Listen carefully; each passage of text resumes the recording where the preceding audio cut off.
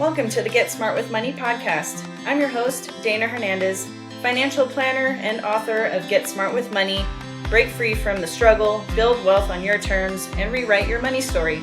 Here we talk about money, entrepreneurship, growth, and resilience, because financial freedom is about more than just numbers. Each week, you'll get practical strategies, inspiring stories, and the motivation you need to stress less about money and create more freedom in your life. Let's get smart with money together.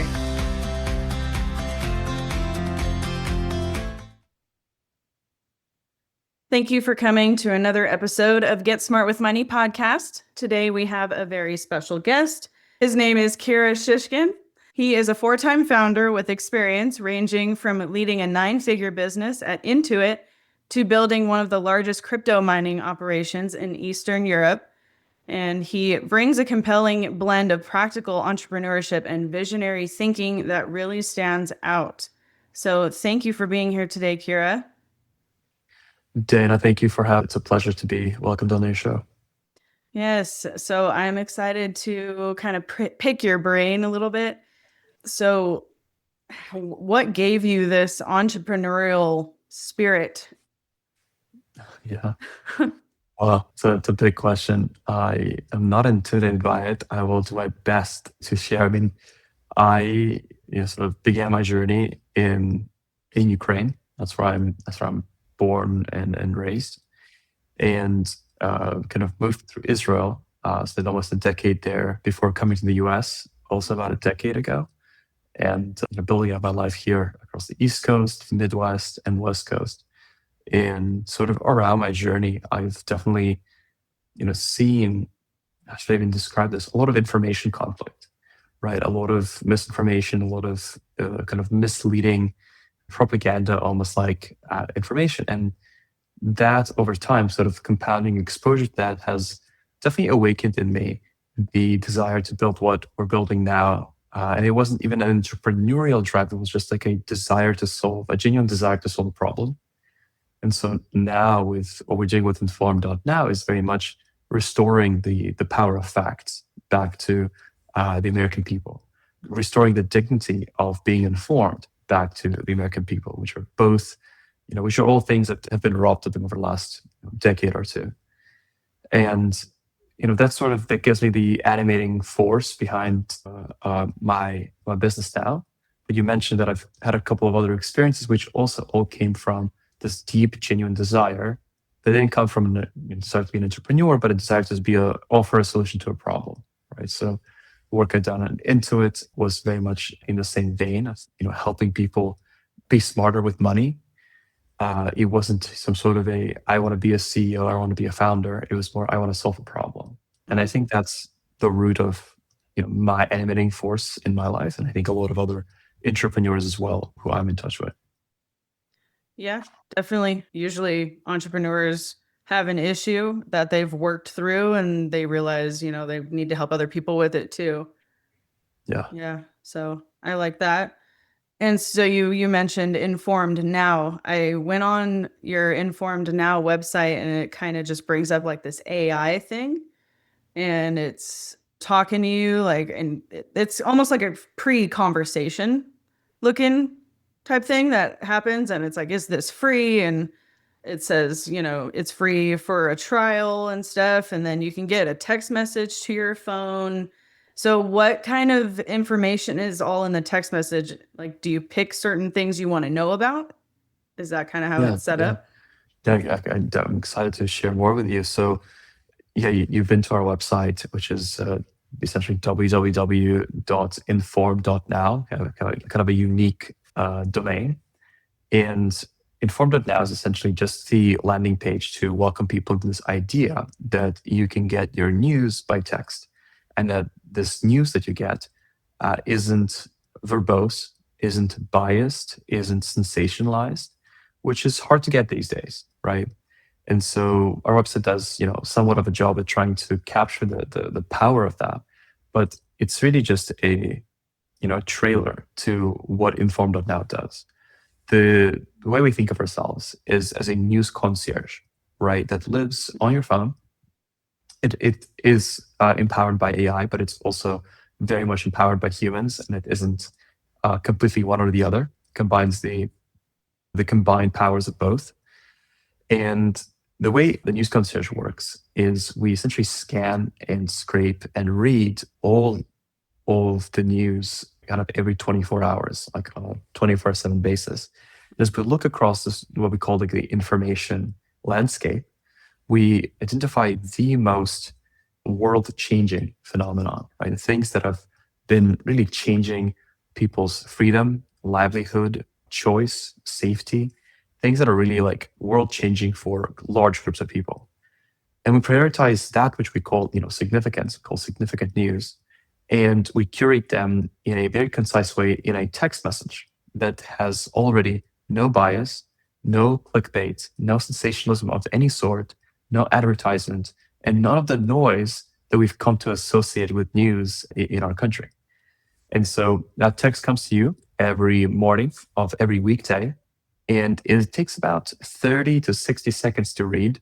And it's very, very brief on purpose to sort of make the most of your news reading time, right? Not a lot of us have time to read news to kind of stay informed, but it's really important.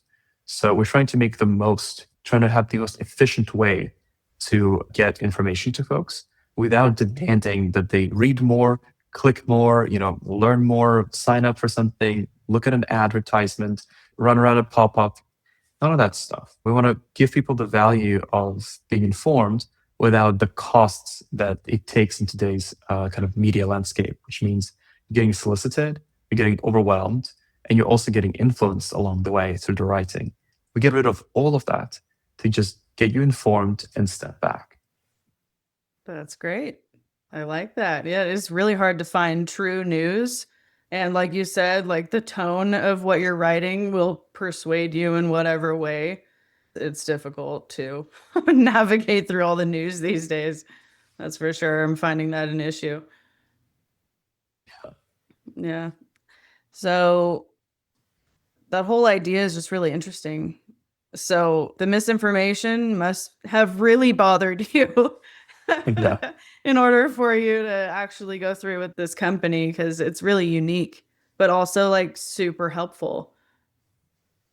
Huh. How do you get the totally. word out about it? Besides obviously doing podcasts, because I haven't seen anything about Informed Now yet on True. online or anything. So Yeah, we try to, really walk the walk of reducing noise in the media landscape. And mhm. so we're also being very mindful about the way we show up in the world because advertisements aren't really our thing. And Right. so, but telling our story is important. And what we're doing is unique and helpful, especially at a time where independent thinking is needed most. And so we try to find ways to sort of share our story very organically through our users. We have a very loyal and a very engaged user base of folks who kind of have been looking for a solution like this that is efficient with information. And when they discovered Inform, they usually become our ambassadors and our champions. And so a lot of our users come through referrals and our kind of like tell a friend program. But we also have like a large following, a growing following on social media where we invite folks who've, experienced the power of facts through our work or sharing the story with others. And, I think that's a really big focus. We've also been featured in a lot of media. I've had a chance to come on a lot of shows on TV, on radio, on a range of podcasts from independent creators like yourself. And it's been really nice to sort of share the gospel of facts with Mhm. people and see that resonate across a really large and a growing number of people. Yeah. That's awesome. I really like that. That's cool. That's so helpful. Yeah. And then, so I wanted to ask you if you have had any like major reset stories in your life, Absolutely. something that like shaped how you do things differently. Absolutely. I mean, I know that's a really big focus for your show. And so, I'm happy to share this very personal story that has kind of like, definitely like reset my life in the very true meaning of the word reset. But when I was rather young, I think I was 12 or 13, still a kid, I got into a car accident. somebody crashed into my family's car. And that incident, as tragic as it was, really left, how should I say it, it reset my life, as I wasn't quite expected to wake up from that incident, from that sort of injury. And then when I did wake up, after some time, after a coma, after a whole kind of involved process, I couldn't remember anything. Like Oh, a wow. huge amnesia across a lot of my life. Yeah. And I had really a hard time for years after that, thinking, concentrating, paying attention. And I really think that like the power of the human species, our superpower, is in our ability to focus and pay attention to things. Like it's what we set our mind to that we can accomplish, that we can achieve, and we can affect that change. And when you can't concentrate, you can't remember things, and you can't focus, it becomes really difficult to, unleash that power and just, be your full self. So I've struggled with that at a really young age, like through my teenagehood and even young adulthood, that, I think that really shaped me. I think that sort of in me brought out this desire to safeguard attention and help other people safeguard their attention to the extent that, it's possible. And, really reset my habits around what's important to what's less important. And I become, quite obsessed with learning, right? Sort of an effort and, in a desire to overcome my circumstances. And I very much so became, a learning addict. I was obsessed with knowledge. I was obsessed with education, obsessed with academics. And as I mentioned earlier, with kind of attention safeguarding and how important that is. And so I don't know how that translates into like habits necessarily or behaviors, but I think it permeates the whole kind of ethos of my life since. And that was a really big reset. That was probably the first one in my life. There are others that were just associated with living in Ukraine, living in Israel, just due to the wars. Those were definitely also very big resets for myself and my family. But I would say this car accident story, which is a very personal kind of, obstacle in my path that became a big empowerer too, is definitely the big reset story. Yeah. No, isn't that interesting how things kind of work out like that? Like that amnesia part of it though is it's kind of a trip. Yeah. That's a trip. But I'm happy you're okay because you were obviously Thank put you. here to do all these great things. I feel very purposeful. I feel very full of Yeah. purpose. Mhm. And I'm excited to both overcome my circumstances and also help others see that it's both possible and totally, within your reach to overcome theirs. Yeah. So I do feel very motivated there. So I personally do a lot of work supporting other people who've had challenges, who've had struggles, and it's all very different, but try to be, a helping hand. And obviously through the work that we did with Informed Up Now, it almost feels like a public service project, right? Because Mhm. it's masqueraded as a business, but really we're just trying to help people. And what we're doing it's not really a business. It's just a public, it should be a human right to just get facts without, Right? any of the bullshit, right? Yeah. And so we're just restoring that information integrity, information infrastructure that should have existed, should have been available. And turns out we are the ones who have to build it. Yeah. Crazy.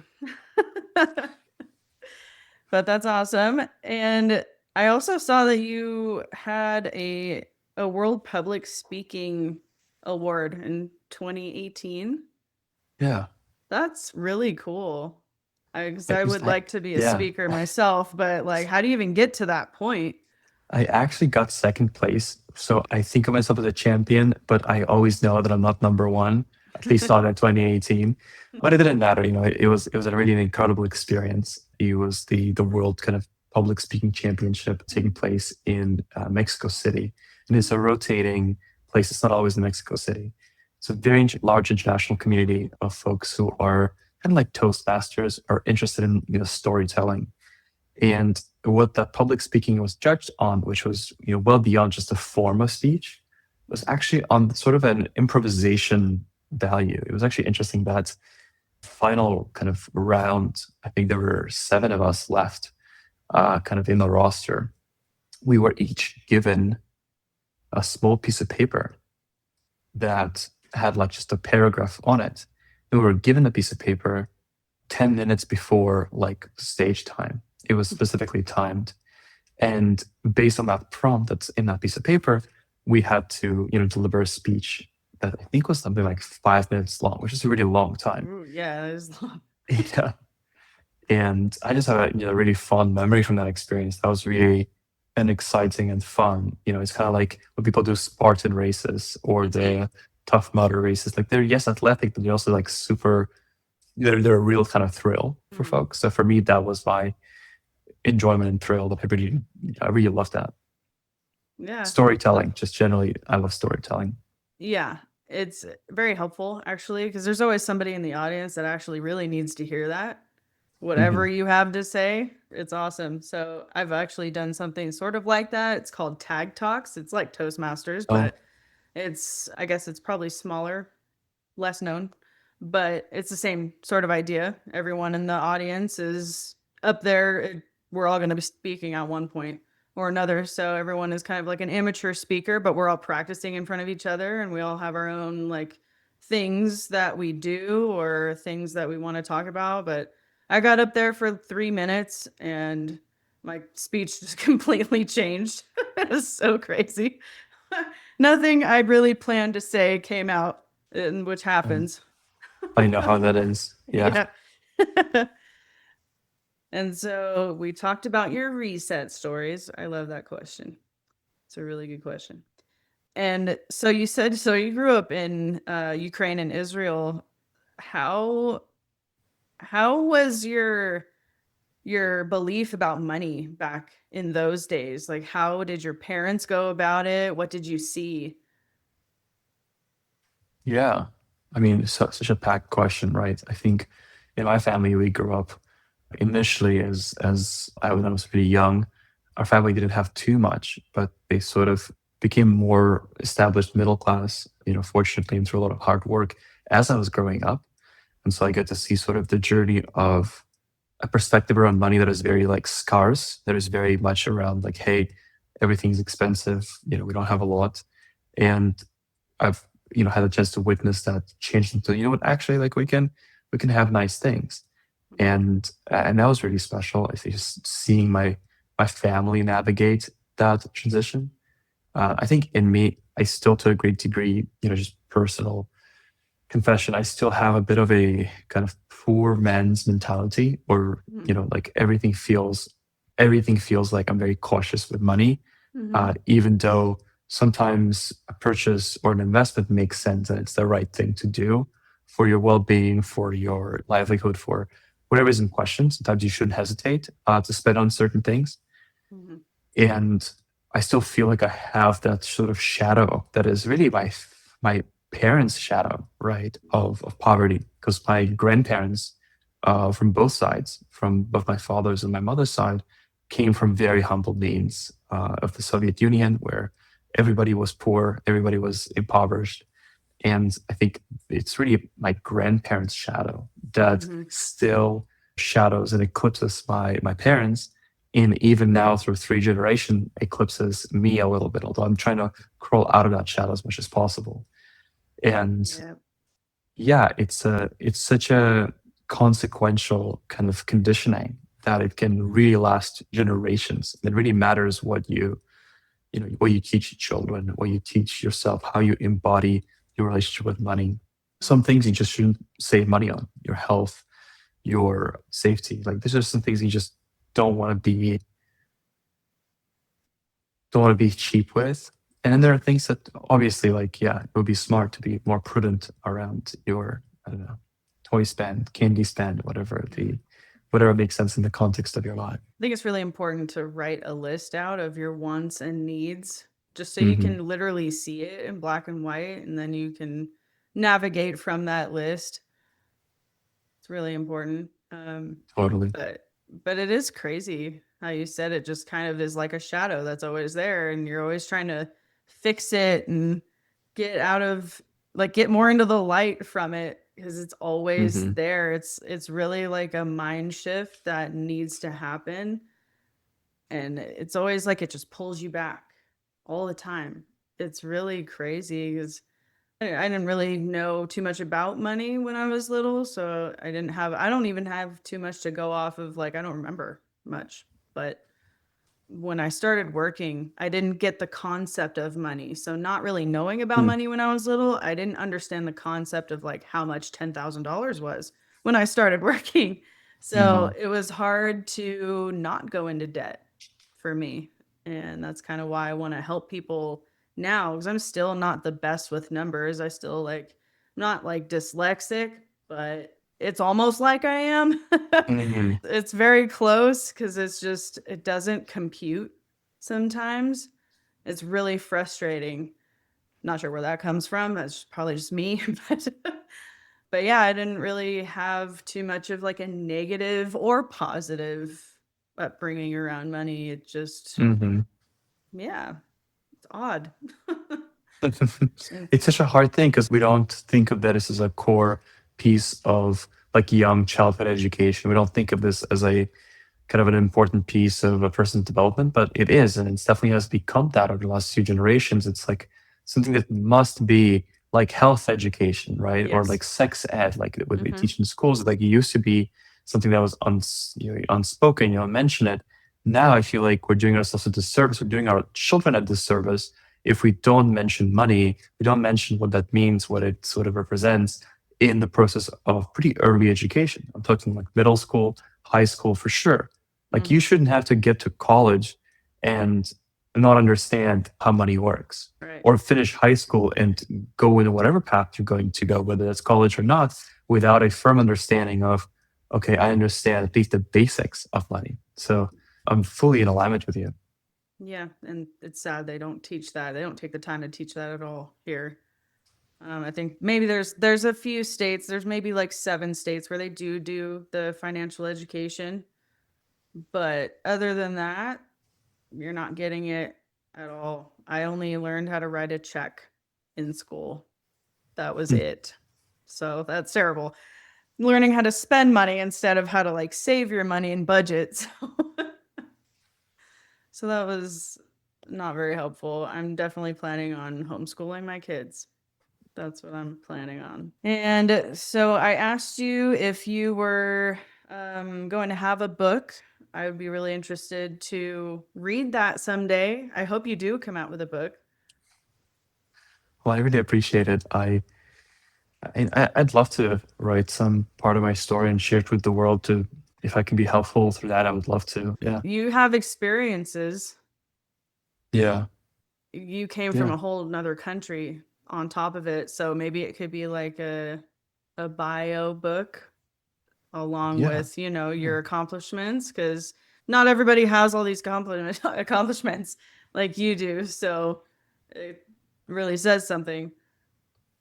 And I'm pretty motivated to, keep going. I think if I was to write a book, it would not be finished, right? It would like I feel like I'm still living through it. And Yeah. so I feel like I got a few more years before the dust will settle and I like understand the journey that I've been on, right? Because Hmm. I feel like in many ways, like you can only connect the dots looking backwards and Yeah. not always looking forwards. I really like that saying.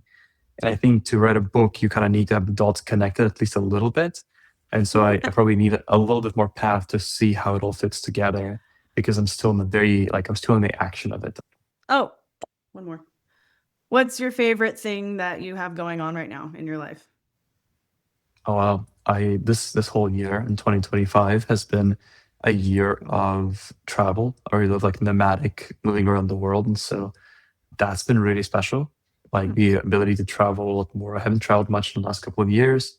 And sort of picking that up a lot more in 2025 has been really special.